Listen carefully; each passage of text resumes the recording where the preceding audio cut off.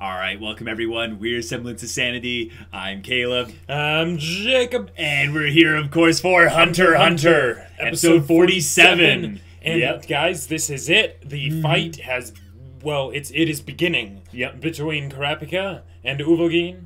Oh my gosh. The cleric versus the dragon. Oh my gosh, it's going to be so amazing. But you know what Kurapika was thinking when he went up to, when Uvogin came up to fight him? What? He just looked up and he was like, Omaya mushinderu. and rightly so, Uvogin was like, Nani? No, he wasn't like worried. He's just like, Nani? Are you crazy? Yeah. Have you seen me fight? He's like, you're either brave or stupid. Yeah. Both. It's both. Yeah. Both is good. Kurapika, I think will not only win this fight, he will destroy Uvogin. Yeah. Because he has the rule of cool. We don't know what his abilities really are yet. Yeah. And it's setting up the idea that preparation and like scouting out your enemy in the Nen battle system is way more important than simply being super beast, right? Right. If anything, I think it will be a long fight, though. Sure. It will not be I short. could see that. Yeah. I'm so hyped, though. I love that they kind of made fun a little bit of the stereotypical thing of the shonen genre of like, we need to go to an empty wasteland where there are no things we need to draw when we're animating this gorgeous fight. And he's like, why? And Kurapika's like, because I'm going to have you screaming at the top of your lungs. Yes. And it's like, shoot, Kurapika! Yeah. It's like, that's actually a good reason. Right, that's actually a legitimate reason. He doesn't want Gon or Kill or anybody to randomly see him while he's mutilating this guy.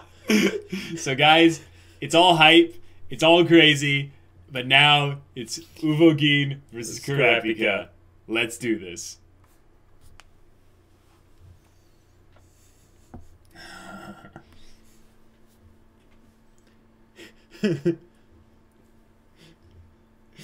I'm so glad they're showing us this again. Yep. With no one nearby. And the deadpan just like completely just oh my straight god, face, like totally 100% serious. This music does not fit my mood right now. It like, so does not. We need like I'm hearing like the whoa. Yes, like, exactly. Yeah.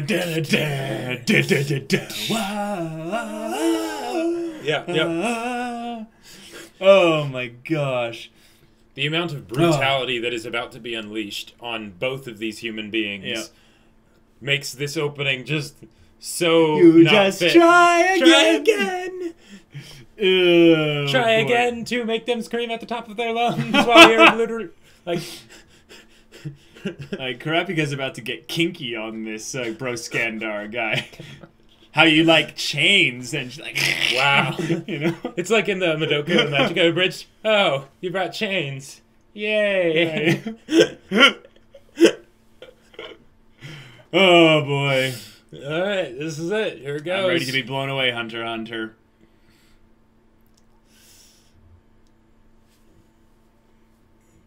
Are you ready, kids? Nope!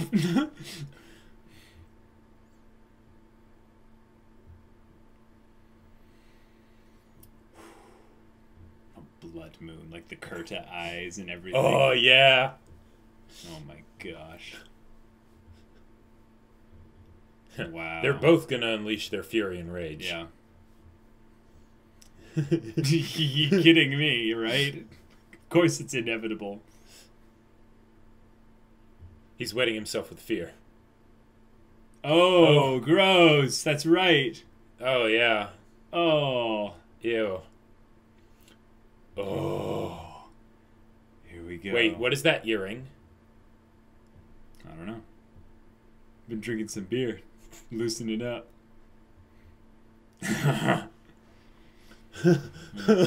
Here we go. Yeah.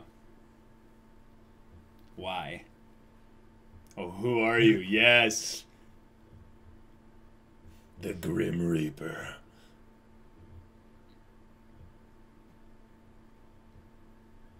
Ooh, he is smart. Oh, yeah. Right. Were you there? Oh, shoot. Oh, good. Keeping it vague. Mm-hmm. Yeah, Kurapika's smart. Mm-hmm.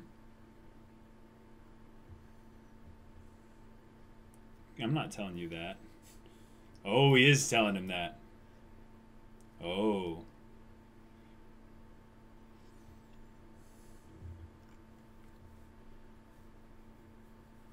5 years joined ago. Before that.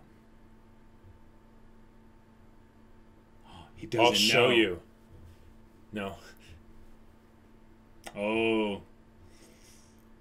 Take off the contact lenses. No, no.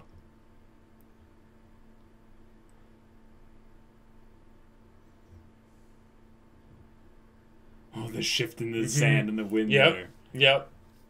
Nothing at all, yep. Wow. Keeping it real. Oh, he released his aura. Here we go.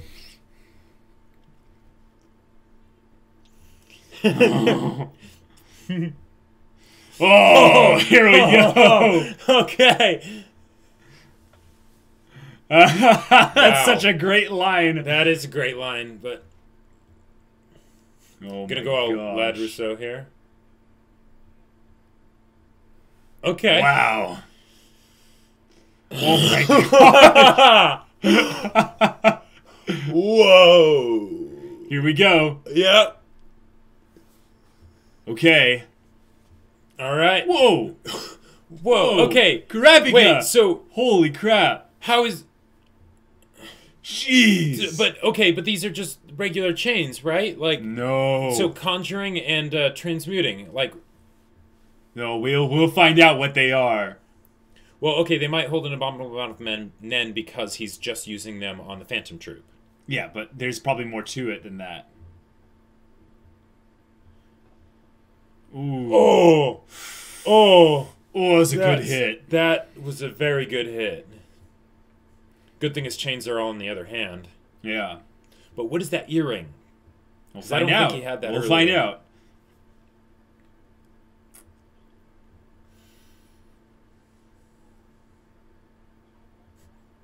Maybe.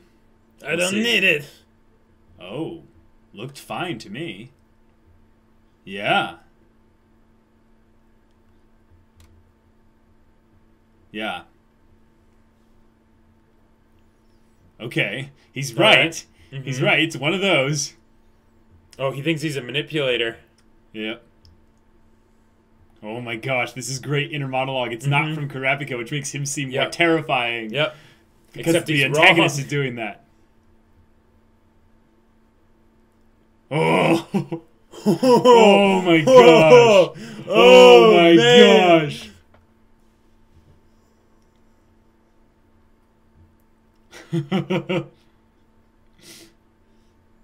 Oh, okay.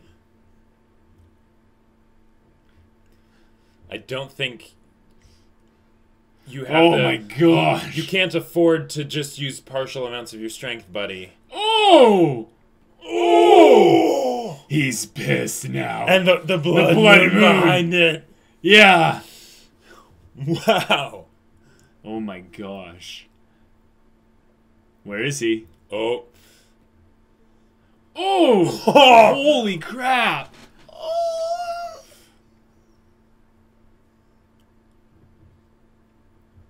How is Kurapika doing this? Yeah.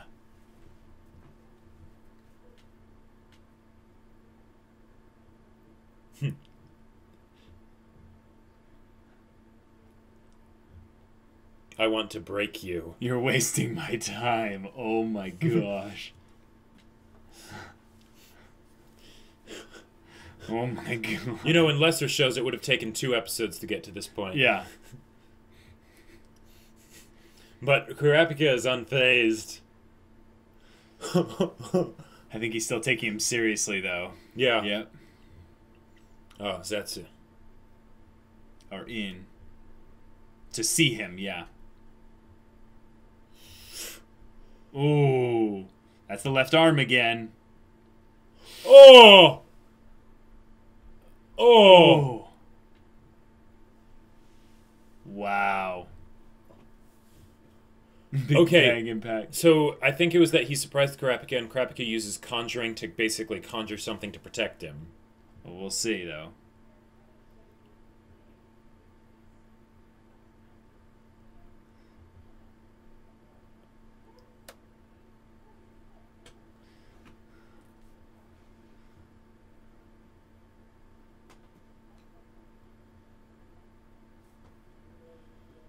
Sure. Yeah. Oh, yeah. No he has been chaining him up. No way! Time.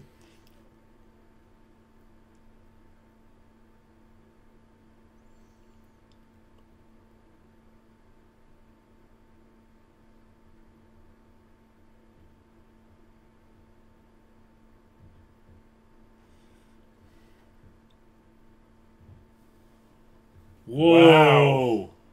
Whoa. Yeah. No way. That's insanely genius.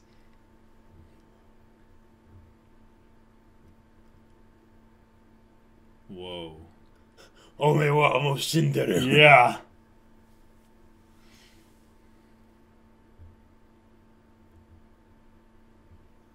No way. But now it's just a contest of Nen now, right? Could he break the chains with...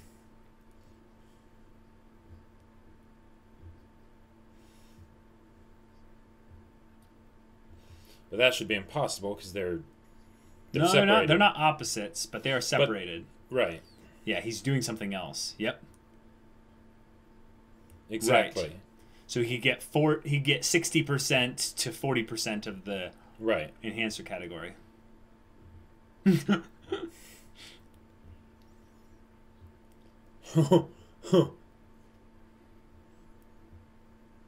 am a Kurta.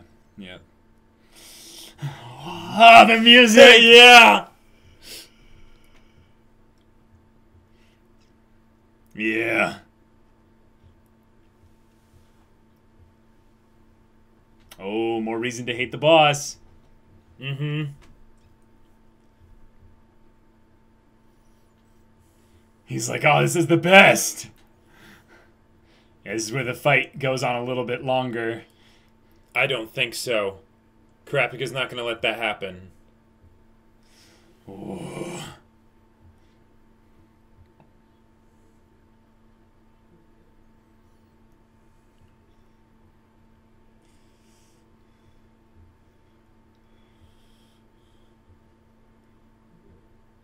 Whoa. He can't break them. No way. This is where he's worn down by Kurapika's What? Are you kidding me? What? Are you kidding me? What? Oh my gosh! What is going on? Oh my gosh! Oh, he's screwed! Oh. We're gonna explain how he came up with this.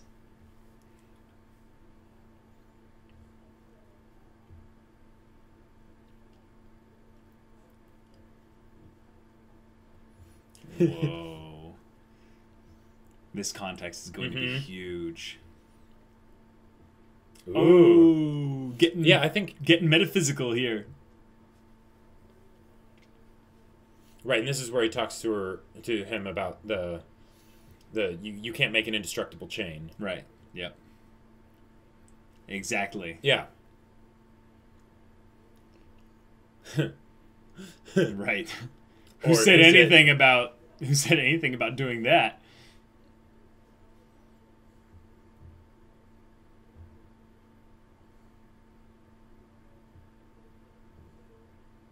Oh.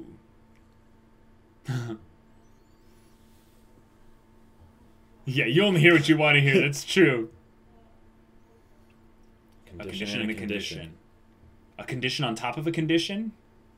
Maybe?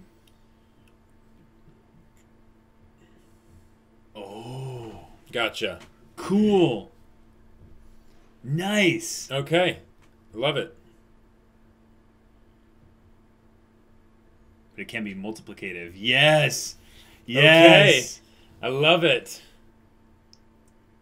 Whoa.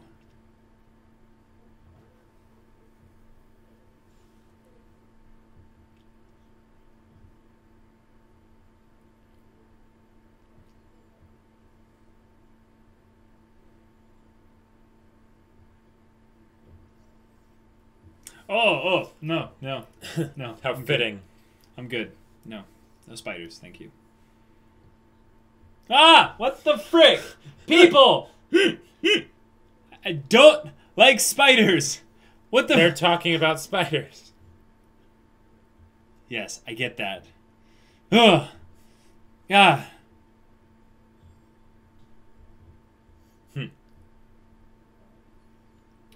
Oh, right. Yep. Ah! Just think. Ah! Ugh! Is it over? Stake his life. Yeah. Okay. Mm-hmm. Oh.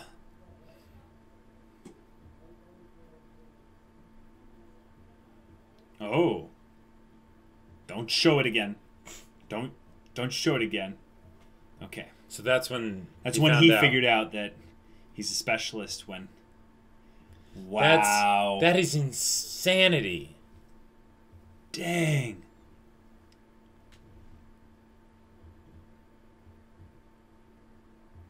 No way. What? No way. Are you kidding me?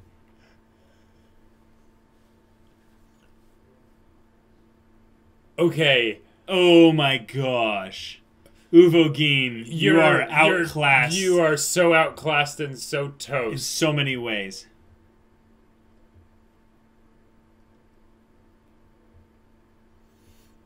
Exactly. Right. Mm-hmm. Yep. Yes, sure. But when your strength fails, this would send a message to them. Yep. Wow. Oh my gosh. Wow. Oh my gosh. Yep. Yep. But what happens when that's not enough? Yep. Oh my gosh. Oh, wow. Wow. That's a great name for an attack. Yeah. Yep. That's a good point. Super Test it on effective. an enhancer, and if it works... Oh.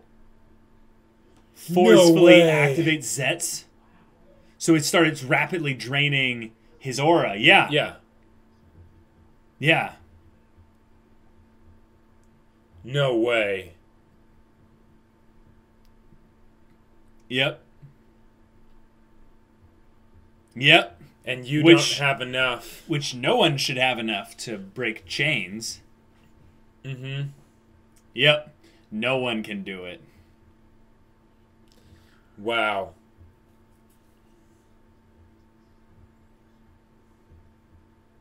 Oh my gosh. Yeah. And now he doesn't have his defenses up either. Yep. Yep. He's toast.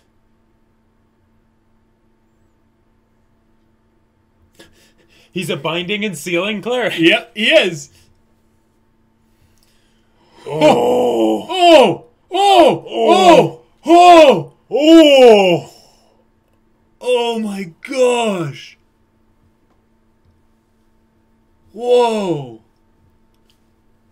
He's a guinea pig for Kurapika. Yeah. Oh, that's just not even fair. Wow. Whoa. He's gonna be like, no, screw you. Yeah. Oh, he's gonna Those torture noises. him. Yeah. Yeah, Kurapika said he'd scream at the top of his lungs. Yeah. Oh. Oh. Oh. Oh. Oh.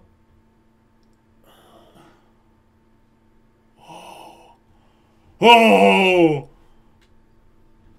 Oh my Oh my gosh, this is so intense. This is... Oh. Wow. And Kurapika doesn't have his friends around to say, like, you know, this is enough. Yeah, like, now the blood's getting all over him. Very apropos. Yeah. Jeez. And he's wearing white, which is perfect. Uh-huh.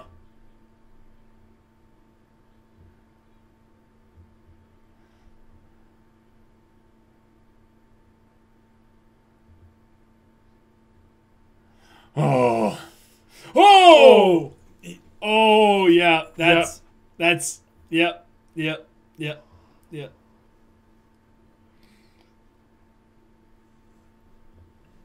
Whoa. Wow.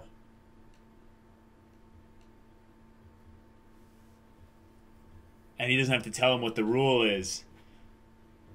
Jeez. No, yeah. Mm-hmm.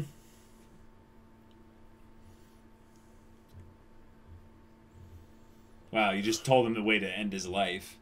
Uh-huh. Which is what he's going to do.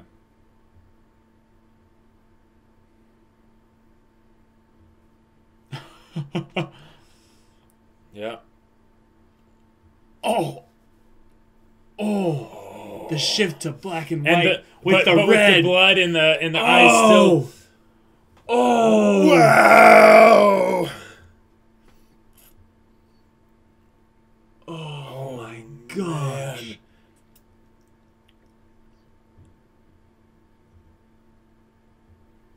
Man. Wow. Uvogin's just dead. Yep. All in one episode. Just, yep. That clean, just... I mean, not clean at all, but wow. Decisively dead, yeah. Yeah.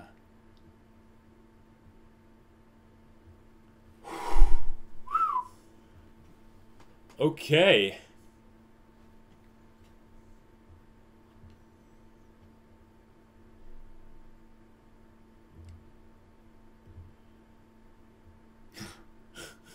Unmarked grave in the middle of an abandoned wasteland. Yeah.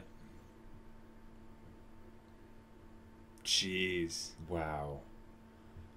That was the start ruthless. Of a revenge storyline. Like, oh yeah, it's a proper like mini middle climax as well. Yeah. Holy crap. Oh.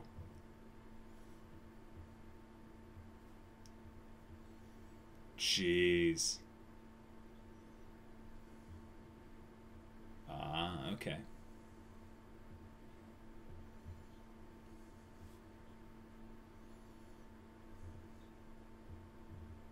Dang, he's smart, so... Okay. He's not freaking out about it, but...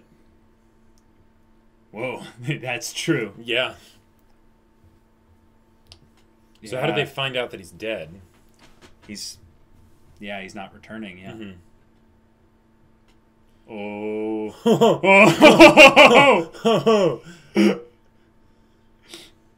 Oh, yeah. Shalnark was the nice-looking one. Right. Maybe he could sense that he had died. Possibly. Oh, wow, that was okay. Wow. Oh my gosh, this arc is insane. I'm loving this. Oh wow. Okay. All right. So you remember how way back we were like, okay, they're showing all these things that are hinting that it's going to get darker, right?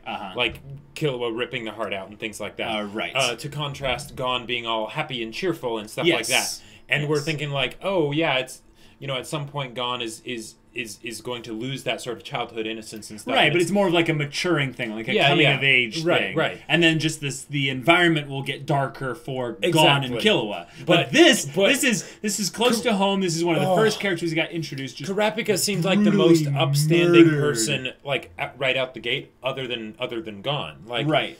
Like, and wow. Wow. And and they didn't shy back from showing anything, because when the fight began, we had a basic knowledge that Kurapika was going to win. Right. But we were excited because we wanted to know how he would win. Exactly, yeah. And when we finally found out that he had prepared so much in advance, that everything once necessary. Uvogin was actually restrained and he's just saying kill me, there's that slightest bit in me that's like, I actually feel for Uvogin a little bit. Yeah. Like, he's a very simple guy. He didn't betray his friends. He didn't betray his friends. That enhancer's simple, strong. He had no malevolence toward Kurapika in particular. It was more of just the enjoyment of all right, I get to stomp someone who's coming at me for revenge. Right. Because yes, he is a mass murderer. Yes. So you could definitely argue he deserved every bit that he got. Right. But it didn't make it any better seeing Kurapika just beating him to a pulp. Like the sounds and the way that his body caved and crunched with each punch. That was just wow. Whoa. Kurapika as a protagonist right now is very, very straightforward but super compelling. Yes. Because one of the things that Gon had, but he didn't take it as seriously, was the rule of cool. Gon had a lot of things that he could do that were just awesome. Yeah. And he's just a really cool kid. Like the bloodhound smelling and things like that. Yeah. Yeah, but Kurapika walks with intention. Kurapika doesn't look at explosions. Exactly. Yeah. Like, the way that he carries himself throughout this fight is someone that's doing what they were meant to do. Gon seems to be someone that's still discovering that.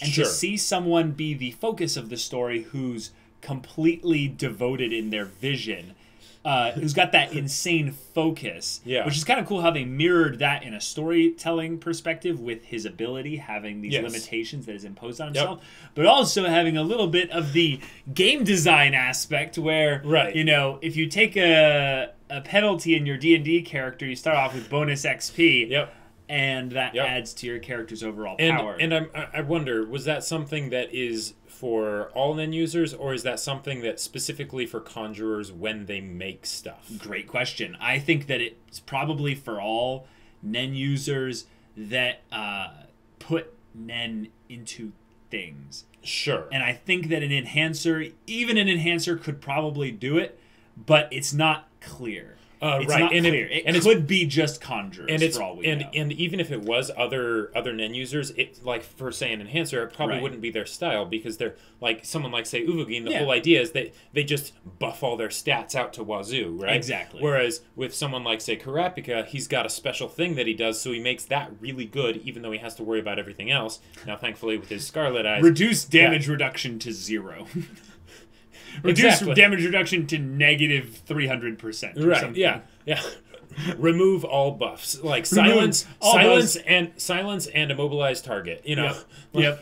Complete destruction. The great thing that they introduced was the ways specific Nen users can be having all this great strength and insane weaknesses. Yes. Kurapika cannot use his abilities on anyone other than the spiders. Right. And he also probably wouldn't fare too well against more than one person. Exactly. Because if he's immobilizing the one person, he still has to worry about the other people. Right. So, even though he could be putting the chains around them all invisibly, it would take a lot more time. Yep. He would have more attacks to dodge. Yes. And he wouldn't be able to orchestrate the individual's demise perfectly, because one of the others could come in and free that one from the chains before Kurapika could finish them off. Yes. And the other thing, like using that ability against someone say that's like a manipulator. Yep. I don't think that would end up working, because they're a manipulator. They can manipulate things outside their body. Like I guess if he was able to chain them up and get the Zets to activate or whatever, so that their Nen was nullified. Right. But apart from that, they could theoretically just manipulate things so he isn't able to chain them. Yeah, I think that there are a couple types that would counter Kurapika a little bit, and Emitter and Manipulator could do a pretty good job at that. Yeah. But with specifically having this fight go down in such a way to where it was a hard counter. Yeah, like it wasn't a soft counter. It was an execution. This is a Kurapika's wins 99.99999% of the time against Uvogin, which is type fight. which is one of the things that I loved with how they set this whole thing up. Like, it's the idea of the whole concept of, like, there's the actual fighters, like, say, Uvogin, but even then he sort of plays because he's like, yeah, it's kind of a rigged game. I'm awesome. I tend to beat things, right? Exactly. You know, going into fights that you know you can win. Right. In Kurapika, he's like, that's cool and all. That's cool, but I'm going to set up a game that's so rigged. Yep. So rigged, you have no chance. You might as well run. Exactly. Run and hope that I don't catch you. Yeah. Otherwise, you're dead. Yeah. The aspect of having his Nen abilities be different based on him being a specialist when he uses his Kurta eyes. Right. This is where basically I feel like his Kurta eyes are not necessarily like a different power or something. It's a different aspect of his personality. And what I imagine is that his aura, when he is regular Kurapika, comes out Conjurer, which makes sense. Sure. But when he's filled with that amount of rage and bloodlust, and also not necessarily just showing his Kurta eyes, but also that intense emotion behind it, that's where he gets the specialist abilities. Okay. Now the question is, are other Kurta people like that too? Oh, no, I didn't think that was the question at all. That's a possibility, sure. I think that would be cool, is that all the Kurtas, the reason why they were strong was because they were all specialists when they used their Kurta eyes. Even if they didn't know how to use Nen, they, right. They were all enhanced a little bit, they were all, et cetera, et cetera. What I was going to say is, what does it mean to be able to control every aspect of Nen, every category? Yeah, because, like... Does it mean literally what it's saying? Does that mean all specialists can do that? Or does that only Kurapika's type of specialist? I think that's only Kurapika's type of specialist, but even so, that makes it seem like Kurapika is way OP right now. Like, I get the feeling also that him being able to use them all doesn't mean he's actually mastered any of them. Sure. One of the things that they brought up here really well is that the reason why Uvogin was beaten was because he was up against a manipulator or a conjurer, which, as we know, according to this and according to Crollo, is a hard counter to an enhancer if if you executed properly. So, I would say that the mastery of a conjuring technique, perfectly, will beat someone even if they have all the aspects of Nen through specialists. It's going to be a very tough fight, but I think that's where someone like who's really strong right now. We don't know actually who the strongest person is. No, that was the thing. Uvogin was totally built up to be that person. The strongest. Because we hadn't really seen any of the Phantom Troop members fight. Not right. Really. And the other people that we've seen that use Nen are like Hisoka, Netero, Wing, and Zushi, and basically side characters that we know aren't strong, like in terms of fighting capability, right? And or we haven't actually seen them use any abilities. We just know that they can use Nen. Yeah. So right. So Kurapika just jumped to the top of our power tier list, pretty much. But the issue is that he can't actually fight Hisoka. Hisoka is technically not a member of the Phantom Troop. Now Jacob. Rules, right? Well, no, Hisoka is a member of the Phantom Troop, but he's not loyal to them. The spider tattoo is fake. No, the spider tattoo is printed on fake skin. Yes, meaning that he has not actually become a member of the Phantom Troop. Well, it depends on what you define as member of the Phantom Troop. Is what's true. Yes, I think that's very important, and that's my point. Is that Kurapika's rules are not complicated. Right. If he uses it on someone that's not a member of the Phantom Troop, he will die. Yeah. Now the question is this arc setting up now Kurapika to die because he is so ridiculously strong? Maybe. It could be. Could be. Like the idea that they focus on this character. they give him this incredible like mini story in there, and then they start to bring in the main characters. And as they do, they bring him closer and closer to his eventual demise, where he does meet his goal, but he breaks the rule and ends up actually getting himself killed. And what a way to go out too, because it tells the corruption of revenge. Exactly, it's the corruption of revenge, and a lot of times in stories, because they'll have that friend that's with them that basically is able to pull them away from the brink before it's too late. Right. It tends to kind of cheapen it sometimes because you know that's what's going to happen. Right. It plays it too safe sometimes. Right. It plays it too safe, and in this case, they aren't doing the other thing that can be done a lot of times, where you just have the person not listen to the friends around them, because then that sort of makes you not like them as much as a character, because then it's like, okay, they're obsessing too much. But in this case, because Kurapika is doing it by himself, it's one of those things of like, no, he's in the moment. He needs someone to help like shake him awake, right? Exactly. But no one's there. Right. And no one's going to be there for a while. Yeah. The idea that when he comes back to Melody and Basho and Squalo and Neon. Good job. Thank you. I'm getting better at remembering the names. They aren't going to know anything. He's just going to be like, I eliminated the threat. Yeah, and they're going to be like, oh, okay. Good job. Yeah. But he's just going to be quiet and stern, and Melody's going to be like, I think I should be worried. Yeah. But if anything, maybe Melody would actually probably be able to understand it a lot better. Maybe Melody would sing a song for Kurapika. Nice. The bard. The bard. Yes, Melody is the bard. Play a little positive, reduce your stress points, you know. Yep. When the fight went down, though, and Kurapika got hit the first time, I was like, "Oh yeah, we're gonna get some exchange of blows." And it did seem like he took a little bit of a hit, but then he kind of shook it off, kind of rolled his elbow, and it's like rolled his shoulder blade, and he was fine.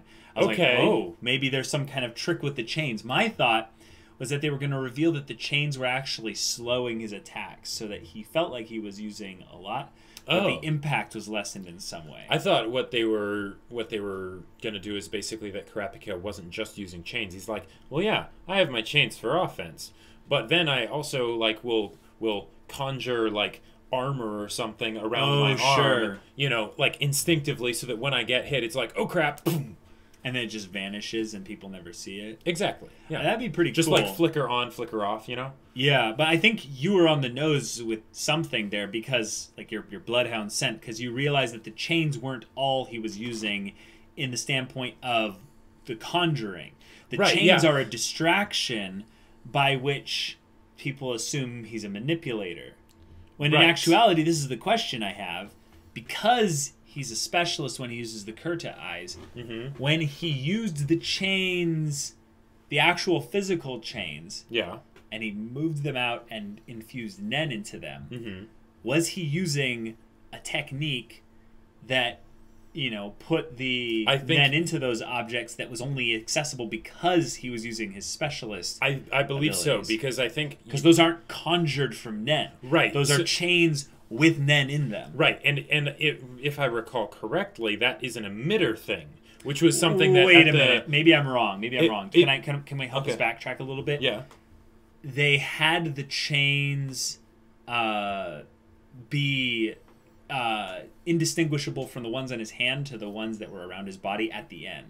So my question is was he using, like, was he manipulating a chain to connect to the conjured chains and just infusing the conjured chains with the Nen transferring through the chain connected to him? I'm probably overcomplicating this, guys, but I was just wondering what other abilities besides the enhancer abilities was he using because of the specialist ability. Because Uvogin seems to grok before Kurapika revealed that he was a specialist and was all of them at this point.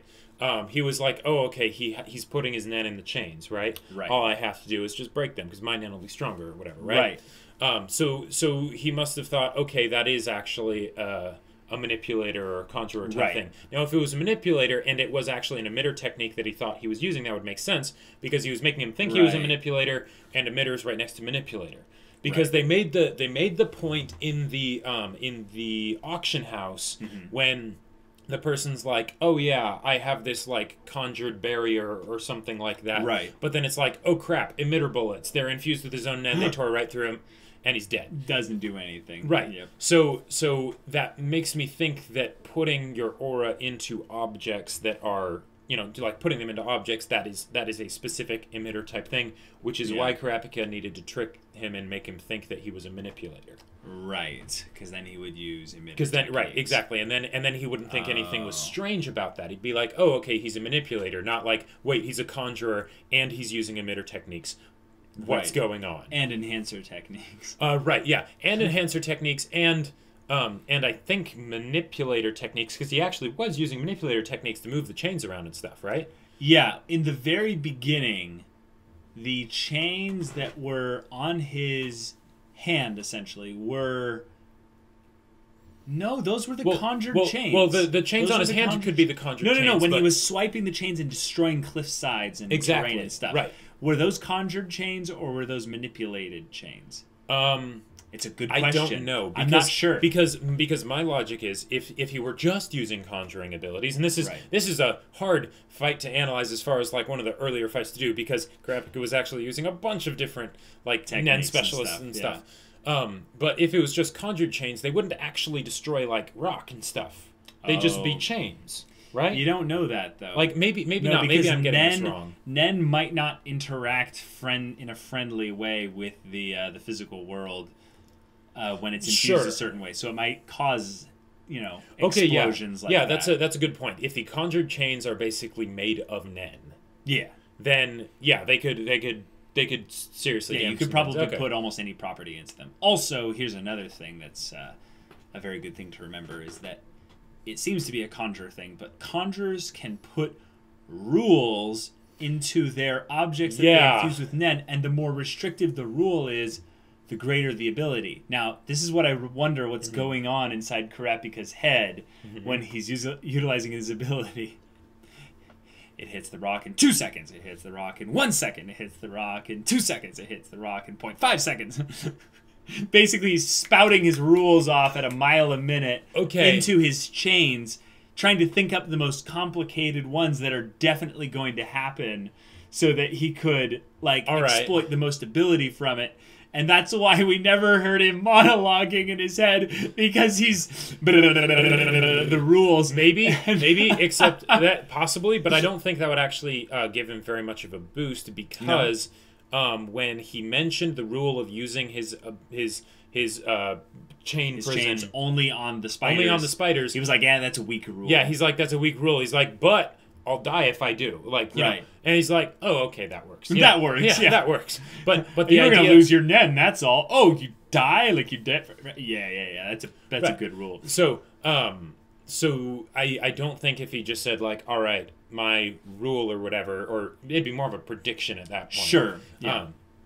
But oh man, this is one of those fights where I think like it needs some analysis breakdown, because some of the things that happened in this were just so good. This is one of those fights I would say that would, like, I'm sure it already has, because this show is not new by any stretch of the word. Yeah. But I would say that this is one of those fights that probably went down in history as being one of the most important fights I for could the show. See that. Because I feel like every other character that's going to be fought by Kurapika in the Phantom Troop, even Crollo, there's not as much build-up for. No, they really probably are going nailed the build-up. Right, they're probably going to shift the build-up towards Crollo moving forward, or just the Phantom Troop in general. Sure. I would love to see the Phantom Troop, like, actually systematically prepare to be attacked by this sort of vengeful assassin. Right, and what I love about this is all that they know is chains. Chains. Yep. And probably a manipulator or a conjurer. Yep. That's it. So by Kurapika fighting him one-on-one out in the middle of nowhere with no one around, it's not just so that people don't hear the screams. Exactly. And so that no one finds the body, but it's also so that no one can observe his abilities. Yep. Which is great. It's fantastic. That will help him a lot moving forward. Okay, so there were a lot of lines delivered that were specifically, like, really, really powerful. Mm-hmm. And a couple of them were kind of cheesy sounding lines if you take them out of context, but because they come from Kurapika, they get this added weight to it. Yeah. And the one where he says, like, you'll atone by your death or with your death, there's a visceral cutting edge that the voice actor or voice actress... Oh, yeah. I'm not sure, but no, I think Kurapika is voiced by a woman. By a woman, okay. and that's I think that's why people were saying, no, we kind of understand how you were confused at first. Because the voice acting for Kurapika in this episode was amazing, god tier. It was so good, so good. It was fantastic. Yeah, and like and it wasn't just the voice acting. And it wasn't just the narrative build-up to this. But every time Kurapika gives one of those really powerful lines while his face is completely stern and stoic, you're like, oh boy. Like, there's a saying, like, all wise men fear a calm man's wrath. Right. And Kurapika is a calm man. Exactly. And he's scary when he's angry. Yeah. He's a little bit much. Yeah. Just a bit. The other thing I think that's really important to note is that Uvogin is really smart. When we see him involved in this fight, he's doing a lot of thinking. Yeah, he was doing the thinking, and he was doing it right. And if anything, that hurt him because Kurapika was like, okay, I'm banking on counting on you thinking this way. Yeah, exactly. That they're going to be smart about this, and they're going to figure out that I'm a manipulator. Right. And then they're done. Yeah, which I'm not. Yeah, here's a crazy planned around that plan. But he planned around that plan. There was literally a part where he's like, "And your next line is yep." And I was like, said, is that a JoJo's reference? But I mean, there's so many times where people say that in fights. But with the aspect of having the specialist having every HUTS combination, how do you counter a specialist? Well, I don't think that's something that all specialists are. I think that because how do you counter Kurapika? Yeah, well, the you're not a spider. Oh, you're not a spider. There's more than one of you, and or you outlast him because he said he can't use that form very long or whatever.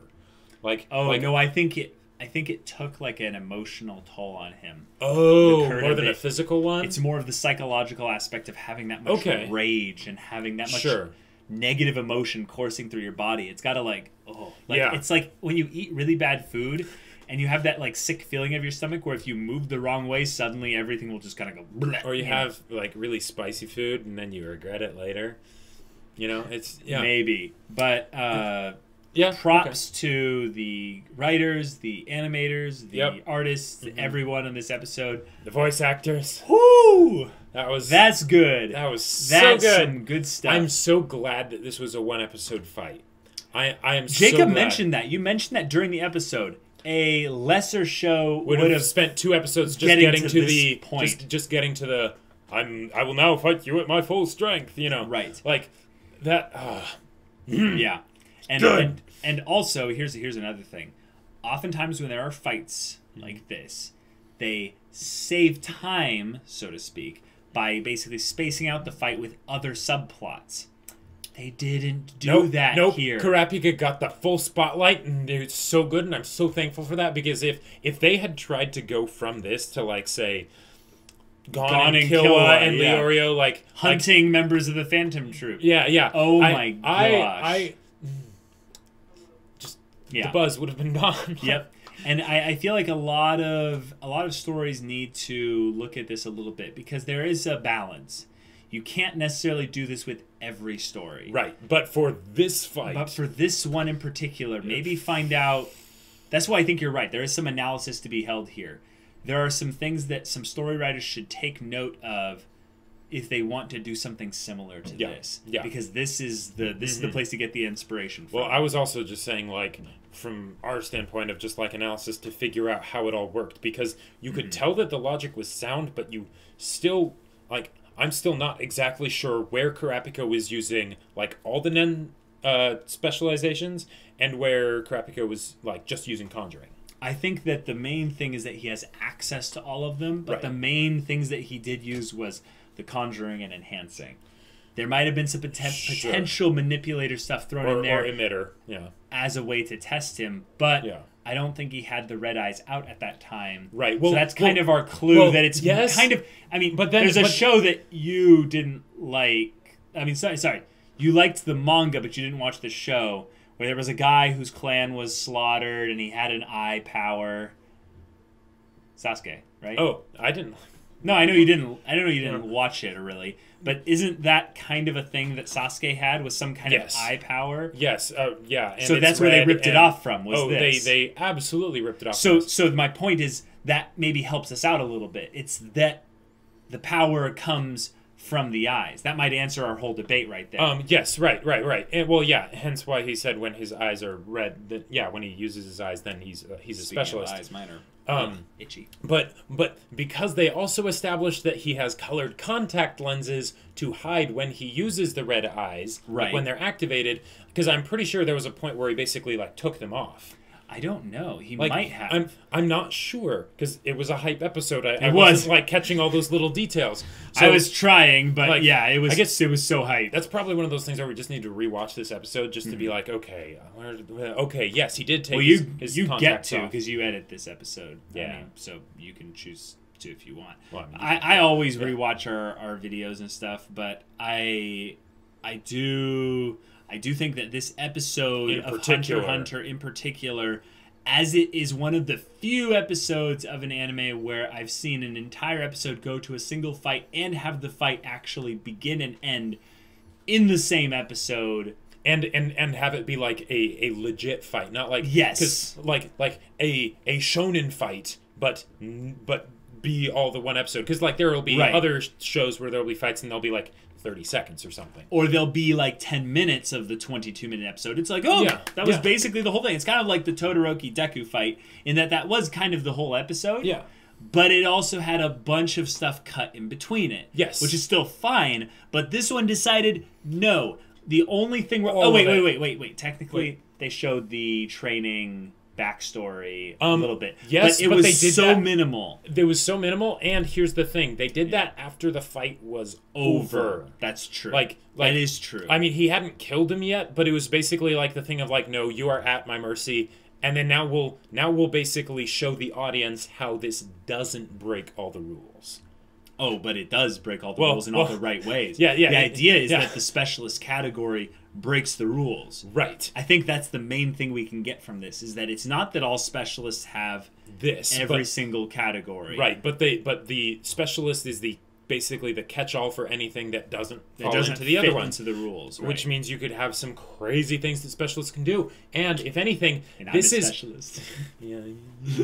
Special snowflake. But and they kind of brought this up earlier because they mentioned that conjurers and manipulators are the ones closest to specialists. So while they can't use specialists because you're a specialist or you're not, they have the most likelihood of becoming a specialist. They did say that. So they did like establish that this was a thing that could happen, even though we didn't think this is what they were talking about when they mentioned becoming a specialist. We figured it's like later in life they change into a specialist. Or it's whatever. more like that variation on the conjurer who blends in between the two, and that's Kurapika. Right. And what was it?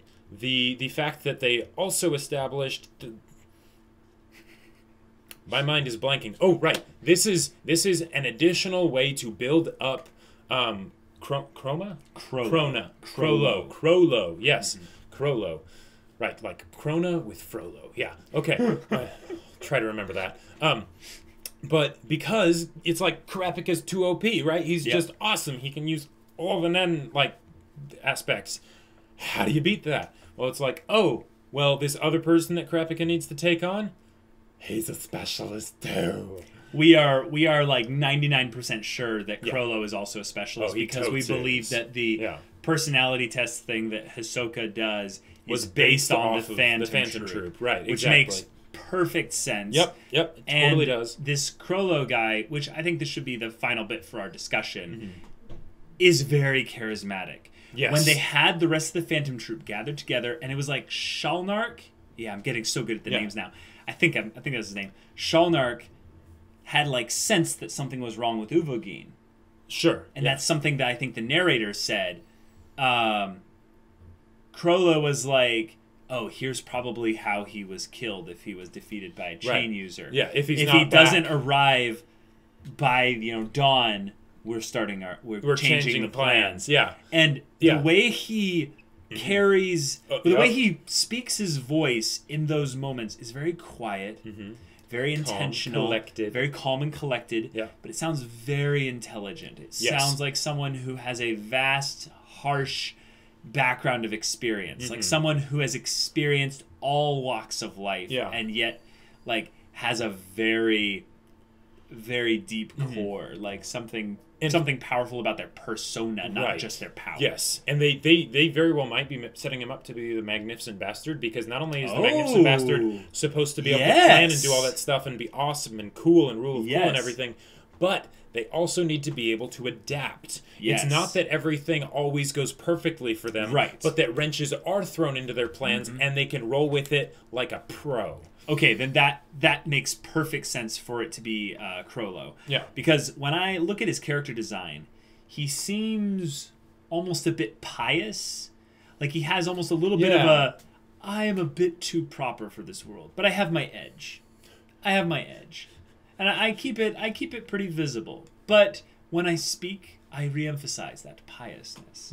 I am not superior. I am just slightly better. right. It's almost like a sort of aloofness that could be seen as humility. Right. Because he's not like flaunting like exactly. I am awesome. He's not doing any like Lelouch Zero stuff of like just hamming it up.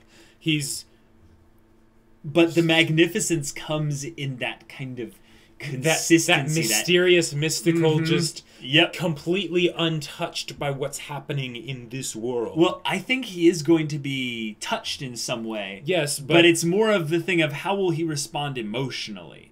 Like, will he be the kind of person that shows emotion, or is he a kudere, where he actually, like, I have gone beyond my emotions? Or is it that, like, when his emotions are, like, just different, and when we finally see like the kinds of things that he gets emotional about and the ways that he gets emotional about them, we're gonna be like, whoa.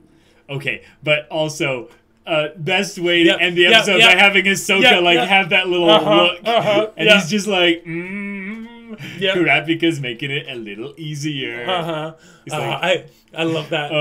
That's so good. Yeah, because we know Hisoka's a scumbag. Sly. Yeah, he's a sly scumbag, but he's our sly scumbag, and and we're excited to see him do some damage to these other scumbags who actually feel less scummy now that Uvogin is dead. Like they were concerned. They're like, no, is he gone? I should have. Shalnark was like, I should have been there. I should have tagged along. I could have saved his life. Right. Yeah. And it's like, now the past is the past. Yep. People die on there. Jacob, are you serious? I know, right now. Right now. Yeah, but Uvogin is dead. He is so dead. He dead, like so dead, like OMG dead. He is 6 feet under the ground. He dead. Yep. Okay, well that was a lot of fun, guys. If you want to see our reaction to the next 2 Hunter x Hunter episodes and you're not already on Patreon, what are you doing? Go check out the link in our description below. You get on early access. You get to watch the episodes all a week in advance, but you also can get on our Discord. Wow. Yeah, and chat with us about storytelling or what have you, or just goof off in general. And we'll see you there. But until then, we're Semblance of Sanity. I'm Caleb. I'm Jacob. And we'll see you all next time.